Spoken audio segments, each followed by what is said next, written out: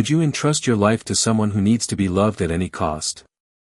He wears the symbol of hope, but his eyes carry the emptiness of someone who feels no guilt. What happens when the supposed savior is, in truth, the center of his own worship? Get ready. Understanding Homelander means staring directly into the darkest side of narcissism, and perhaps seeing something all too familiar. Long before the spotlights glow, the rehearsed flights in front of cameras, and the flawless smiles for the citizens, there was only a cold cell. A clinical cradle surrounded by silent scientists. Homelander was not born. He was engineered, like a weapon meticulously calibrated. Unlike other heroes, he had no childhood, no experience of affection, no one to call him son while offering a warm embrace. All he ever heard were commands, reports, and tests. From the very first day, his purpose was to perform. And at the heart of that performance, an emptiness began to grow. While other children learned to trust, Homelander learned to suspect. The world around him was sterile, functional. There was no room for play, spontaneity, or mistakes. Only excellence. Only results. According to psychology, the absence of emotional bonds is one of the foundational pillars of narcissistic disorder. He was not shaped by love, but by control. When a human grows up without emotional connections, they begin to see others as tools or threats. And that's precisely what the corporation expected from him, an infallible machine of power and obedience. Inside that laboratory, what was being cultivated wasn't a hero, but a distorted mirror. Every gesture from Homelander was rewarded not with affection, but with metrics. Every genuine emotional expression was corrected, redirected, suppressed. This process reinforced in him a classic behavioral pattern, the development of a charming, artificial persona. Narcissists aren't born hating, they learn to seduce as a means of survival. And he survived by being adored, feared, and impenetrable. In his world, vulnerability was weakness. Love was a risk. Intimacy, a trap. But something deeper was growing there. The absence of empathy wasn't just a side effect.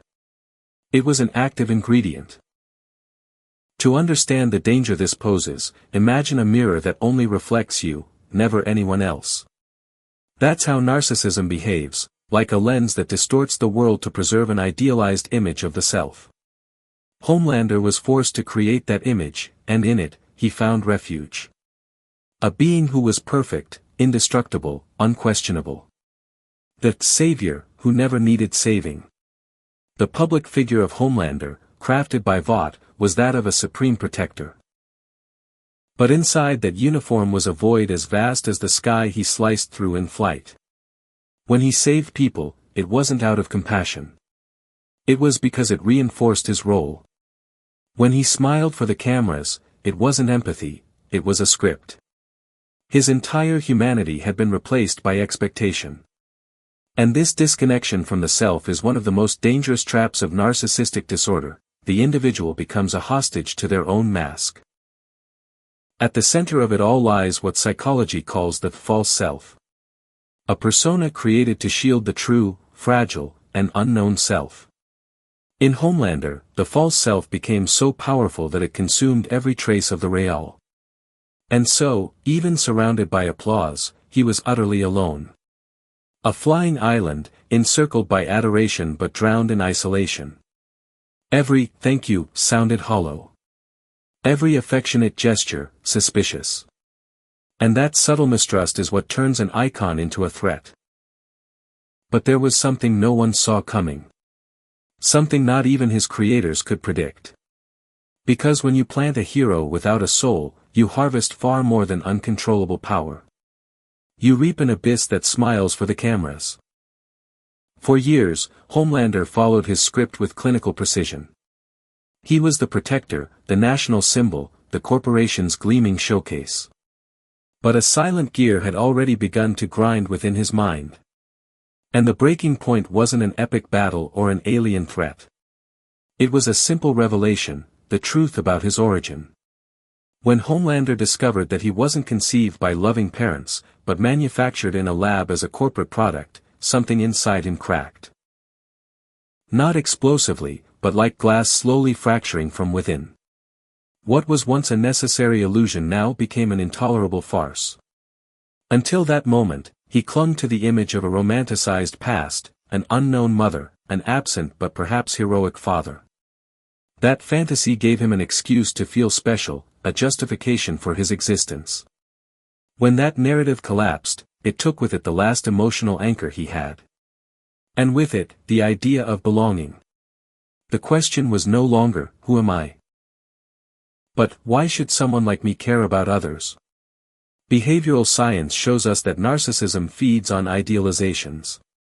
When those idealizations are destroyed, what remains is a suffocating void.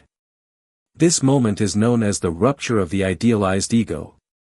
The individual, upon losing their central fantasy, begins to oscillate between deep rage and total withdrawal. In Homelander, this oscillation manifests as an even more rigid mask.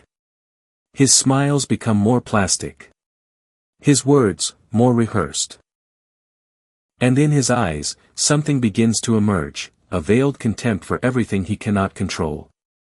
From that point on, every relationship he builds carries a shadow. He approaches people not out of affection, but to ensure dominance. When someone shows him kindness, he interprets it as weakness. When someone challenges him, he sees it as betrayal. At this stage, Homelander begins to develop a form of narcissistic hypervigilance. An extreme sensitivity to criticism, no matter how small, and an increasingly urgent need for public validation. The problem? No amount of applause can silence an ignored trauma. This emotional rupture also triggers another psychological phenomenon known as symbolic re-traumatization. Every time he sees a happy family, every time he hears someone speak of love, loyalty, or empathy, he relives, though perhaps unconsciously, what he never had. But instead of sadness, he feels rage. And that silent rage begins to infiltrate his gestures, his decisions, his gaze. With each moment the world celebrates the hero, a part of him laughs inside. At this point, his narcissistic traits are no longer just defense mechanisms. They become weapons. Charm turns into manipulation. Self-confidence becomes arrogance. Protection turns into surveillance.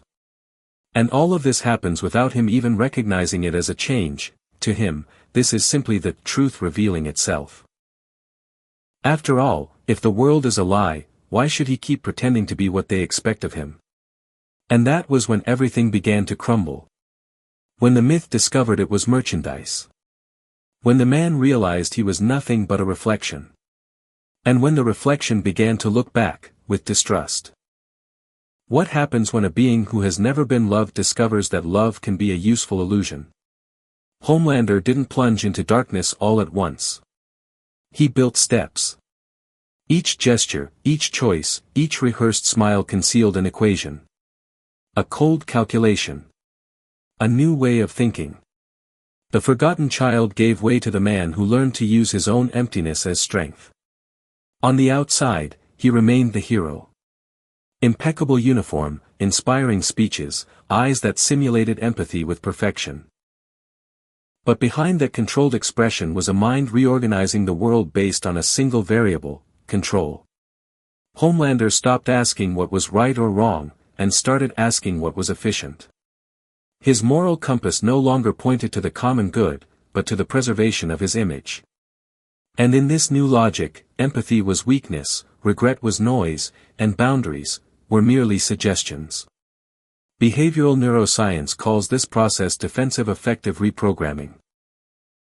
When trauma is too deep and the individual lacks healthy attachment bonds, the brain seeks compensation strategies. Instead of developing emotional connections, the person begins to simulate social behaviors to achieve objectives. It's what some experts refer to as instrumentalized emotional intelligence.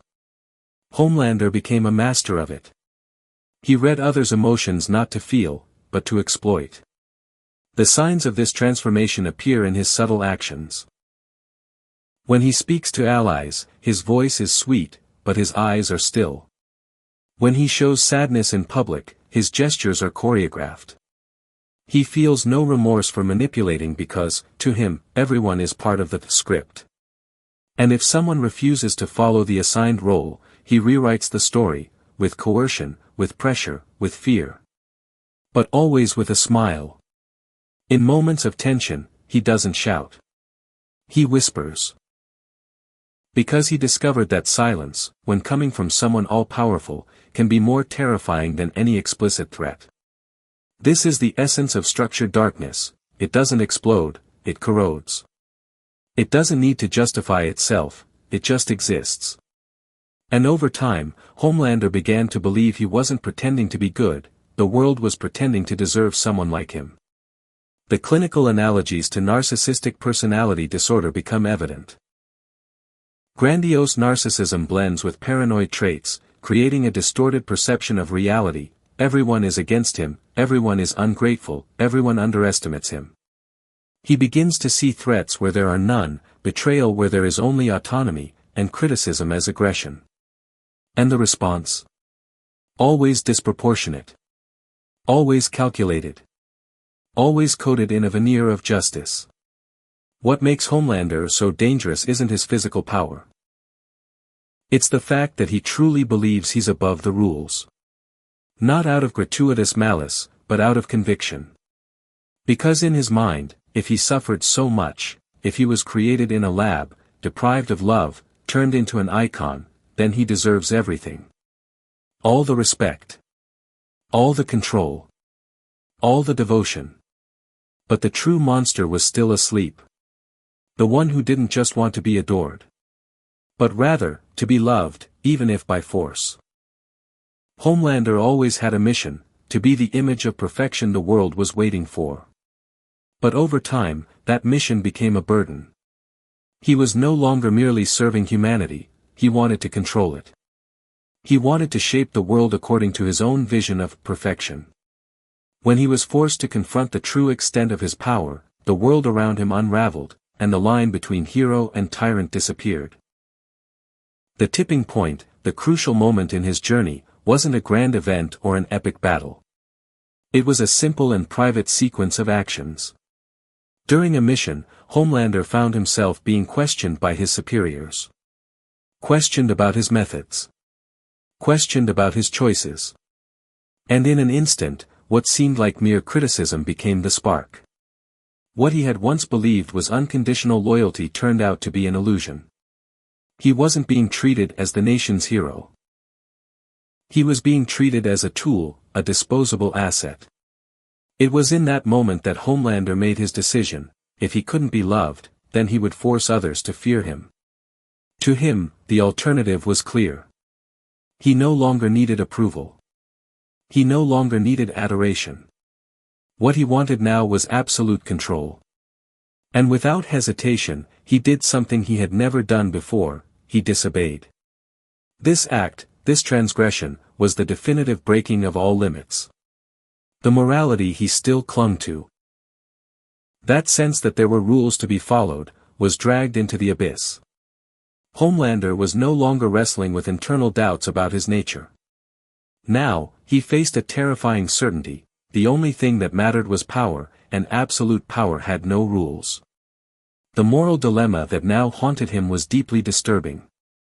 He began to question the very ethical structure that once upheld him.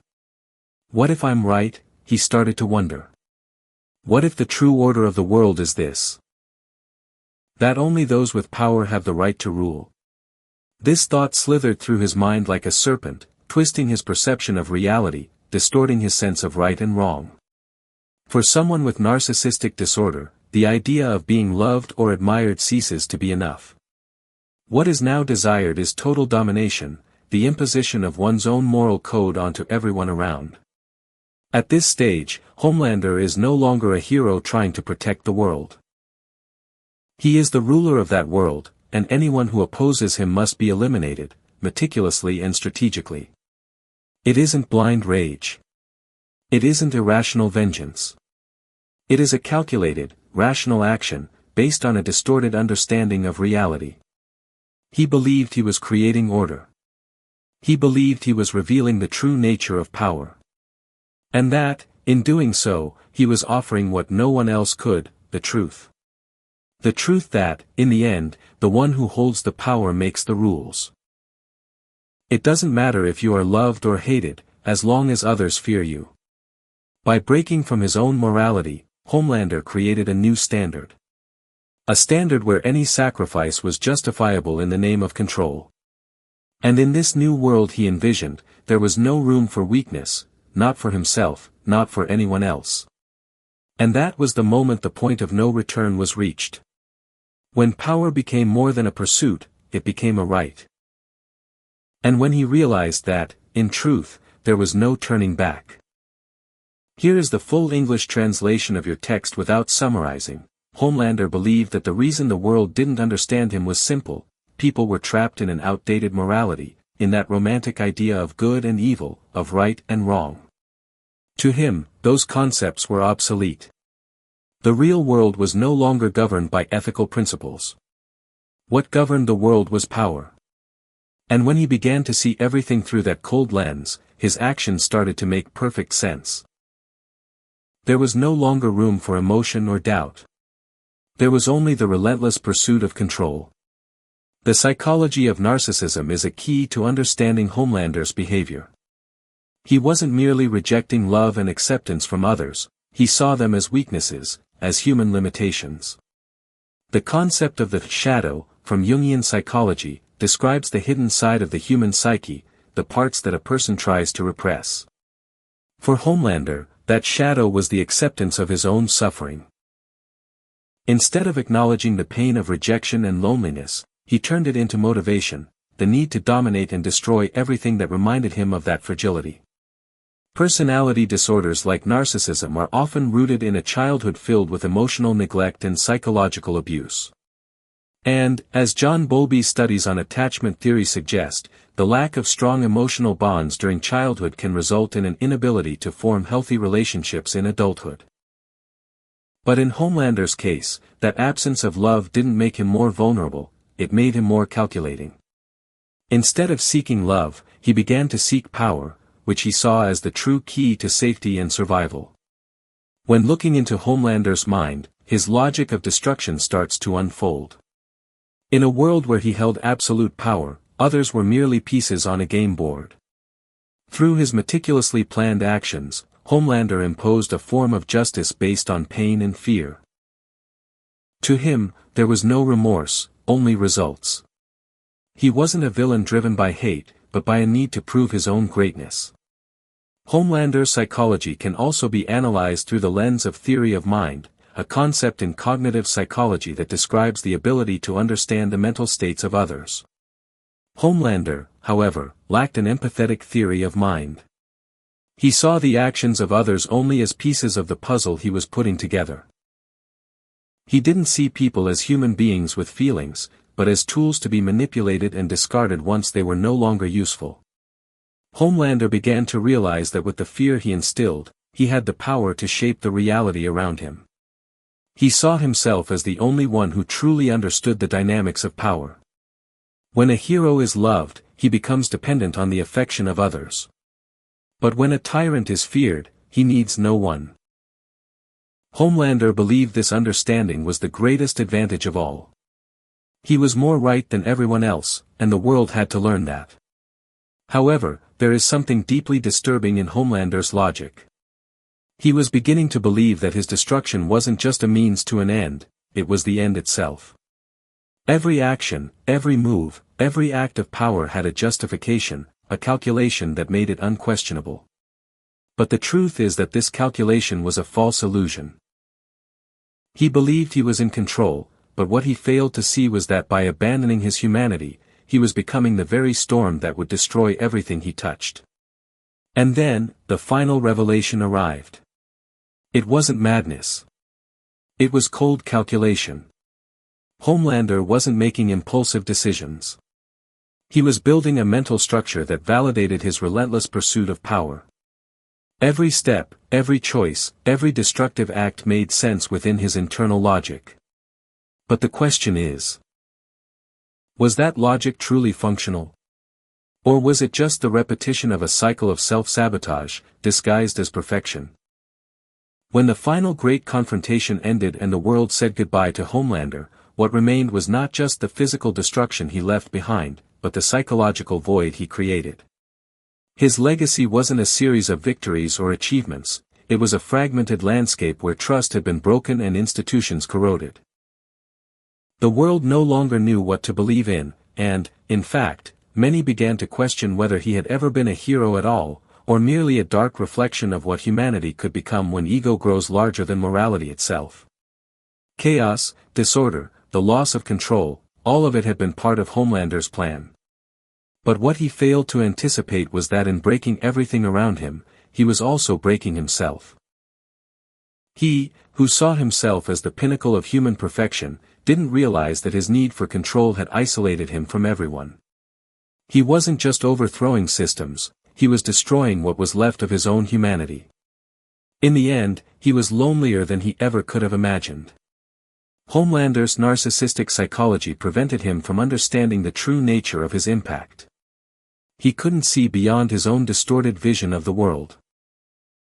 Instead of seeing himself as a defeated hero, Homelander preferred to remain a myth, a being who had transcended human fragility to become something immortal, untouchable. But in reality, he was nothing more than a product of his own illusions. He saw himself above any judgment, believing his legacy would be remembered as that of a great leader, when in truth, it would be remembered only as a dark warning about the dangers of absolute power. Homelander's legacy was not, as he had hoped, that of an unbeatable ruler, but of a terrible lesson. The true impact of his path was in how he transformed the world around him. After his downfall, people did not feel safer. On the contrary, they felt the emptiness he had left behind. In his pursuit of control, he had cultivated mistrust. Believe it or not, Homelander's real destruction was not physical, but psychological. He had given others the example that, in the end, power corrupts. But most devastating of all was that narcissism had turned him into something beyond redemption. The world now stood at a crossroads. Could humanity truly learn from its mistakes? Or, deep down, was the myth of Homelander not only about his own downfall, but also a reflection of what everyone feared, yet no one wanted to admit? Homelander's ego wasn't just the engine of his destruction, it was a distorted reflection of a universal human desire. The desire to be more than human, to transcend limitations. But the question that remains at the end of his journey is whether we were truly able to see what he represented. And worse still, can we prevent him from being repeated in some form? Homelander may have been defeated, but what he left behind wasn't just the memory of a villain, it was the shadow of what happens when someone loses contact with their own humanity. Homelander's true legacy isn't the power he amassed, but the bitter lesson that by distancing oneself from empathy and morality, one becomes not a god, but a monster. And, perhaps, he wasn't the last. Perhaps the world, in its endless pursuit of power, is doomed to create more monsters like him, who seek in their solitude and need for control the only form of validation they know.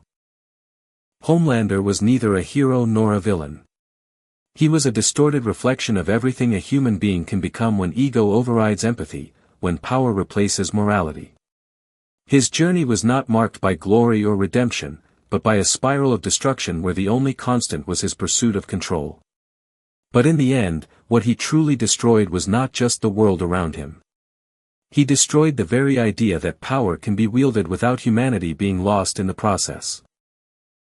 And while the world began to rebuild itself, the lesson remained: the true downfall is not the one that happens on the battlefield, but the one that happens within ourselves, when we allow ourselves to be consumed by the desire to be more than what we are.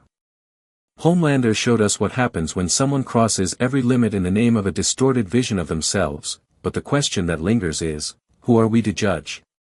Perhaps, deep down, we all carry a bit of Homelander inside us. And maybe that's why it's so difficult to avoid the path he walked. When power calls, who can resist? But who knows, maybe he wasn't the last. And perhaps, in some way, this story hasn't ended here.